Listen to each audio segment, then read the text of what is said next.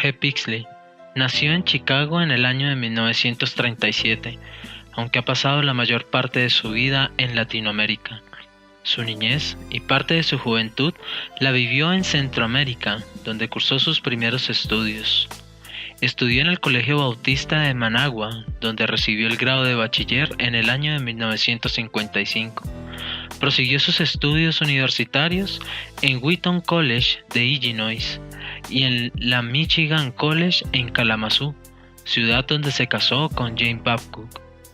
En la Facultad de Teología de la Universidad de Chicago obtuvo su doctorado en estudios bíblicos. En 1963 se fue a Puerto Rico como profesor de Biblia en el Seminario Evangélico de Puerto Rico.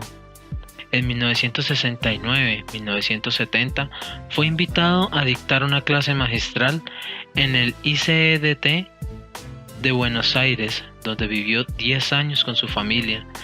En 1985 regresaron a Estados Unidos, pero con el triunfo de la revolución sandinista en Nicaragua, decidieron regresar a Managua, donde estuvo dando clases en el Seminario Bautista de Managua.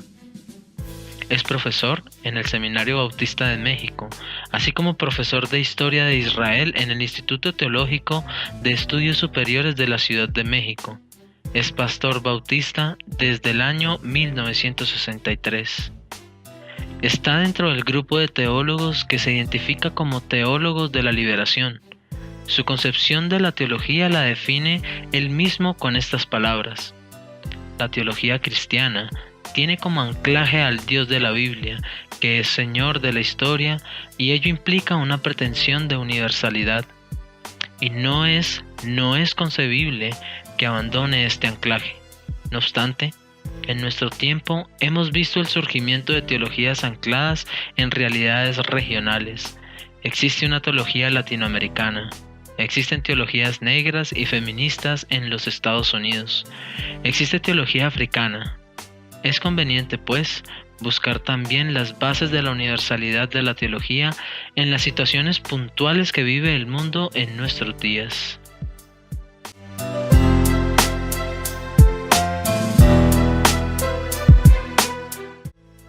Clodovis Boff nace en el año de 1944 en Concordia, en el estado de Santa Catarina, Brasil. Es teólogo, filósofo, escritor y profesor brasileño. Es un teólogo católico de la Orden de los Siervos de María, antes cercano a la teología de la liberación, ahora plenamente de acuerdo con los obispos latinoamericanos reunidos en Aparecida en el año 2007. Clodovis sigue considerando de todos modos que la opción por los pobres se trata de una opción verdaderamente evangélica, para tener una vida bañada hasta sumergirse en la fe en Cristo, tanto en su origen, pues nace del encuentro con el Hijo de Dios, que siendo rico se hizo pobre, como también en su ejercicio, pues vibra con los sentimientos del corazón del buen pastor.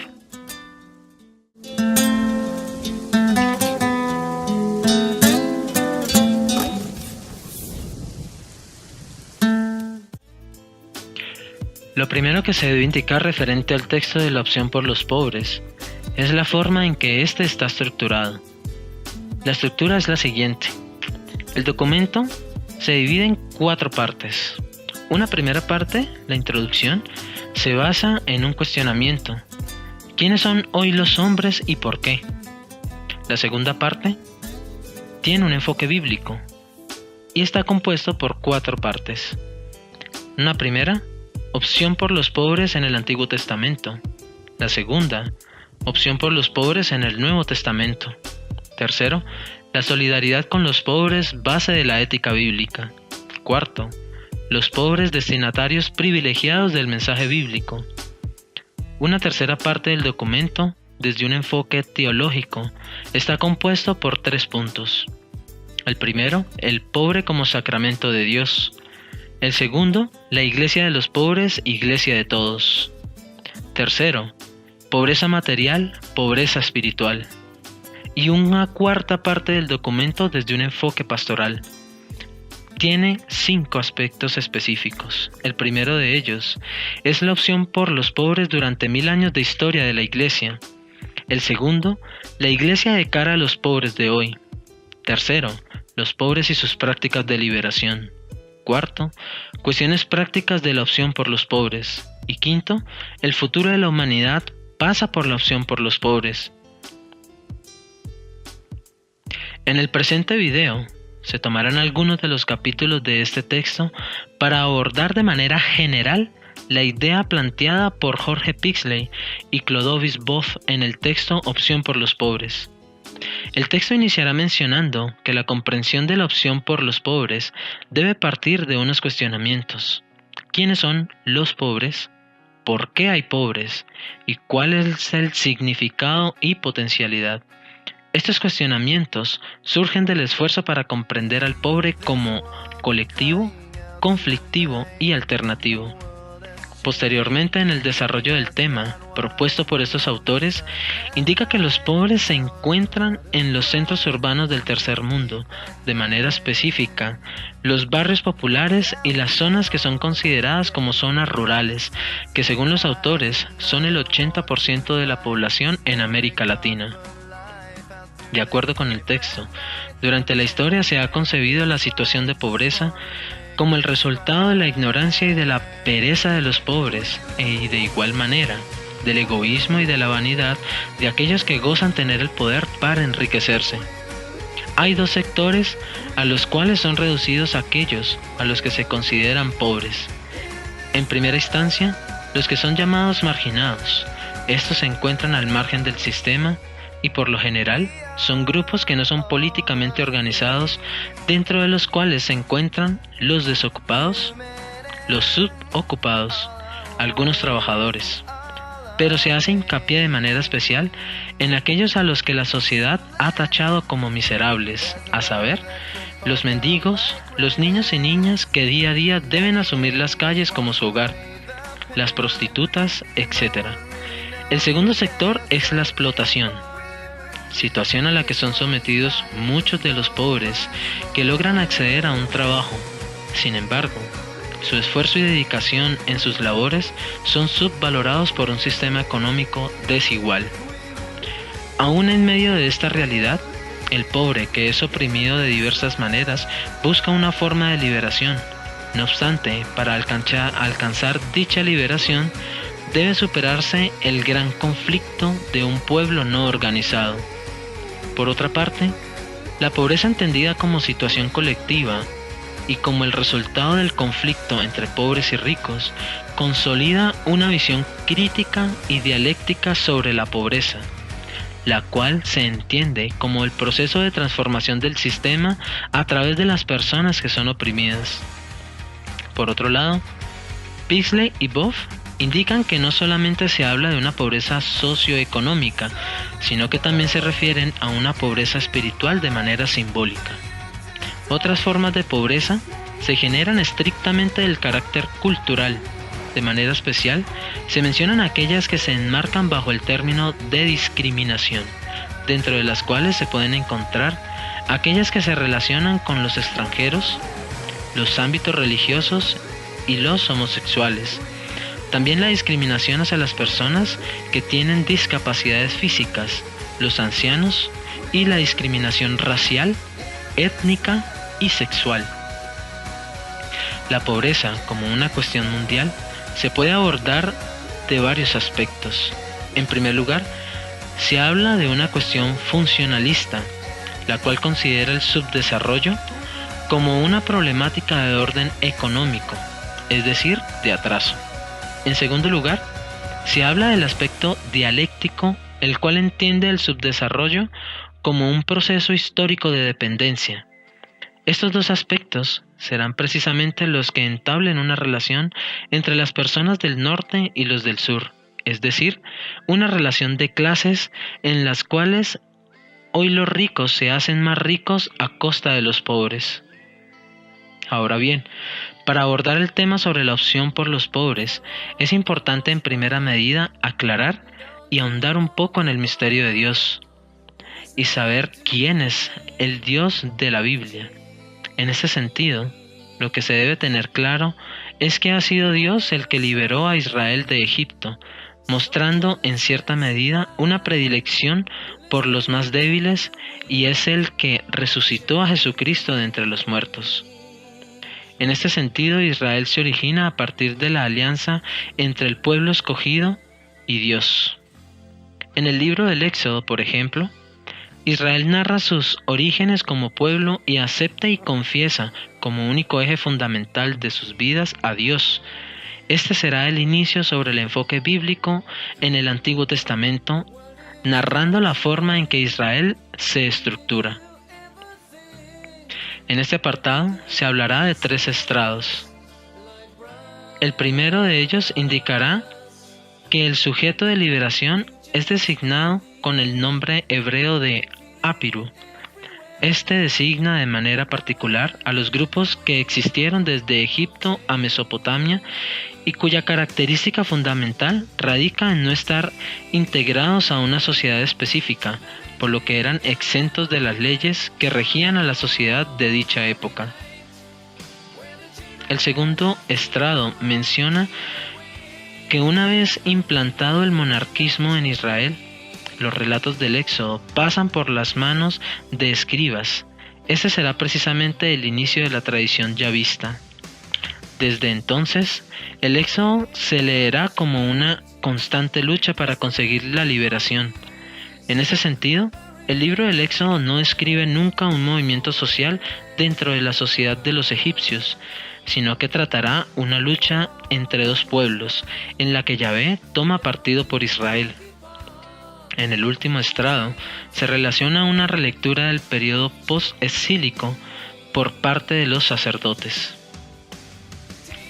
En el Nuevo Testamento, por el contrario, la práctica, las palabras, la pasión, muerte y resurrección de Jesucristo se convierte en el núcleo y centro del Nuevo Testamento.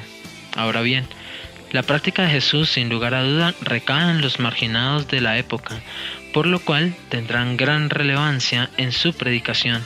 Este hecho específico de la forma en que actúa Jesús muestra claramente que la causa de Dios es la causa de los pobres, mostrando siempre la presencia liberadora de Dios.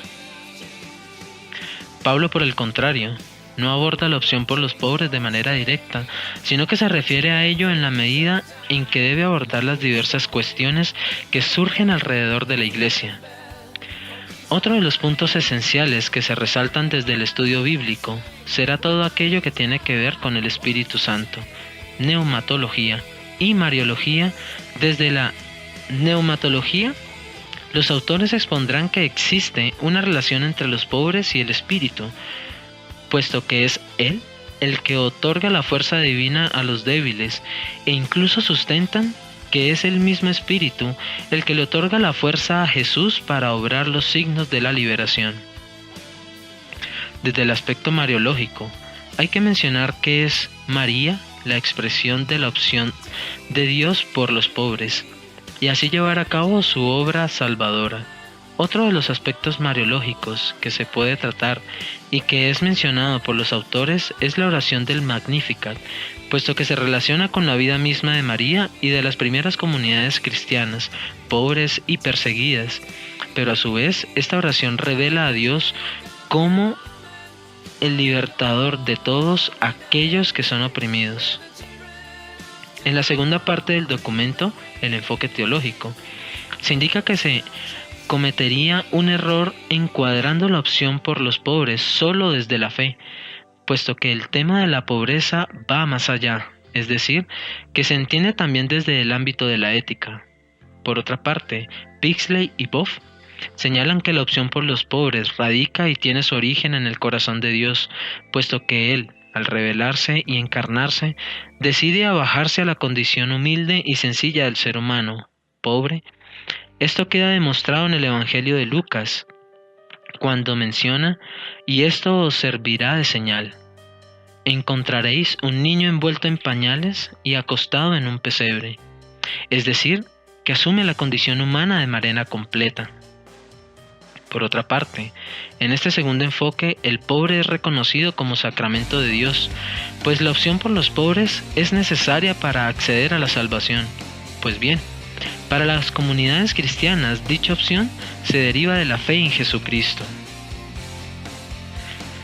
Ahora bien, analizando un poco la relación de la Iglesia con los pobres, se puede mencionar de acuerdo con el texto que el cristianismo no se debe considerar simplemente como un movimiento de liberación social, sino que ésta posee a su vez otras tareas que se articulan con la opción preferencial hacia los pobres. Algunas de estas tareas son la catequesis, la liturgia, la formación, etc. De acuerdo a esto, se puede señalar que la opción por los pobres no es el todo de la Iglesia, sino que se convierte en una prioridad teologal. En ese sentido, la opción por los pobres no pretende iniciar una guerra contra aquellas personas que oprimen, sino que lo que intenta es ir en contra de la forma en que oprimen a los más débiles, con el fin de garantizar o procurar la liberación de las personas.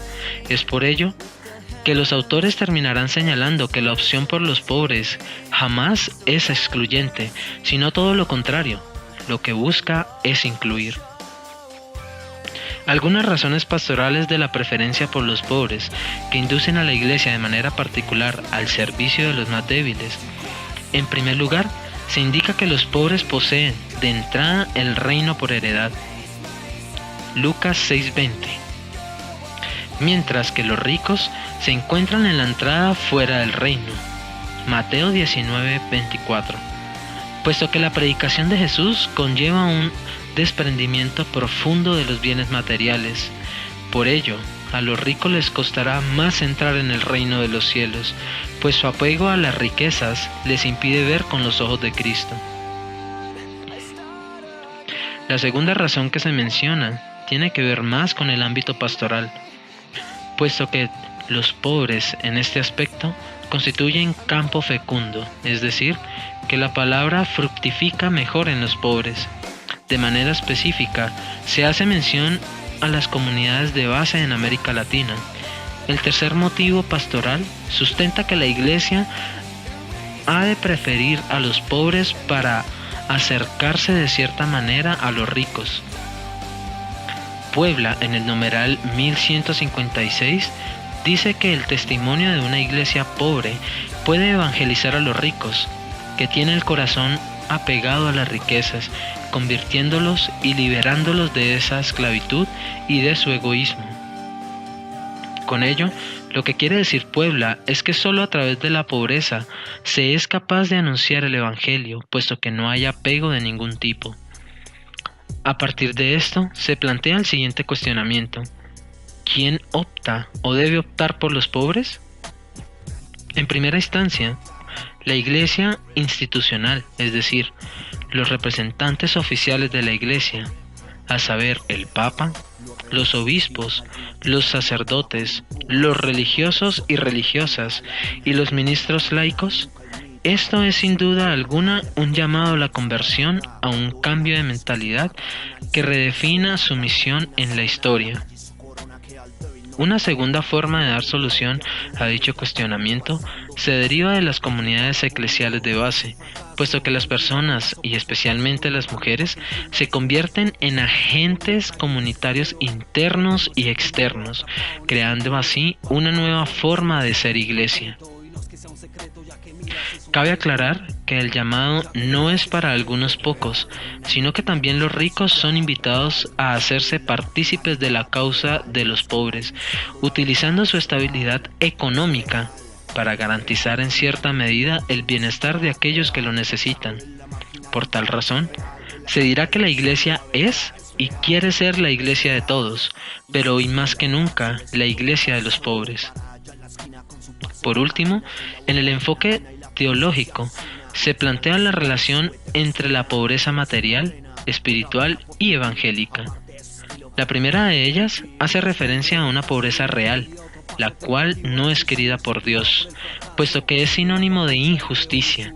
En cuanto a la pobreza espiritual que se menciona en el texto, se entiende que se refiere hacia una conciencia de la condición humana, aptitud fundamental para asumir una postura humilde, sencilla, aspectos fundamentales de apertura al misterio. Por último, la pobreza evangélica hace referencia a una actitud interior que se expresa coherentemente.